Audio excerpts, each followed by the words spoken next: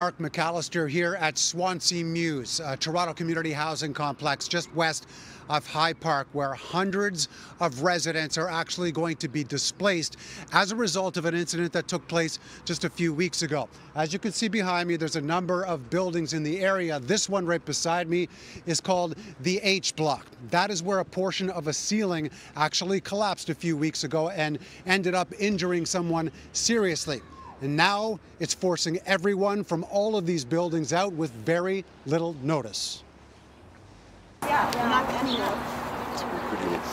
Swansea Mews residents gathering in support of each other today, not knowing what's happening to their homes, their lives, while being forced out.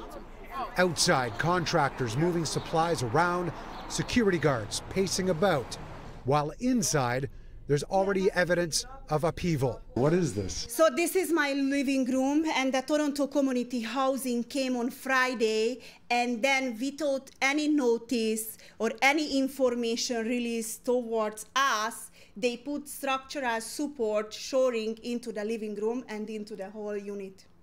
And what have you been told since? Nothing. Community housing staff posting eviction notices on doors today, informing people they need to move due to immediate safety concerns. They just come now and they're saying you have to get out now. But not before being told they needed to leave last night.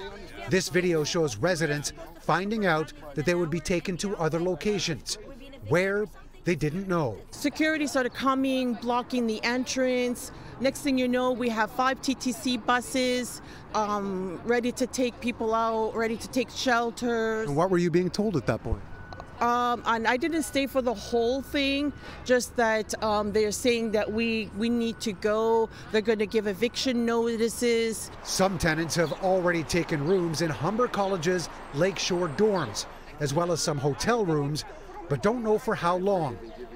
Others with families say they need to stay close to schools in the area while being offered places to stay elsewhere in the city. What kind of organizing took place over the last couple of days, especially last night from what we heard?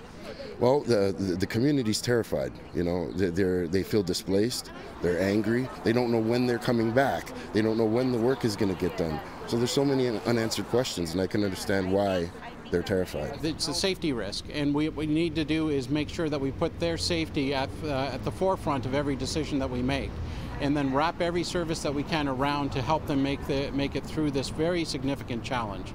And so once again, we've got 2 streams of staff that are working on one, what we need to do on the ground and right now, and number 2, what we need to do to put those long-term solutions in place for them. I am very sorry for the fact that they've had to be given eviction notices. Toronto Community Housing's objective, everybody's objective, is to make sure those people are found a place to live that can make them as comfortable as possible.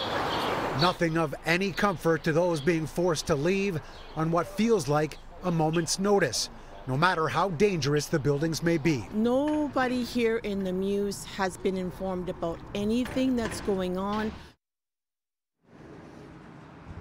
There's a close-up look at the notices that are on all of the doors in this entire complex. At this point, people say that they don't know what's going to happen to their belongings. They don't know how long they'll end up being out of these places for, while Toronto Community Housing says that a refurbishment is going to need to take place. In fact, there's actually some lumber being handed about throughout this entire complex as well. That will be going inside of each of the units. We do know that a town hall has been scheduled for tomorrow at some point, where community housing representatives and some of the residents here will be coming together to have a discussion of sorts.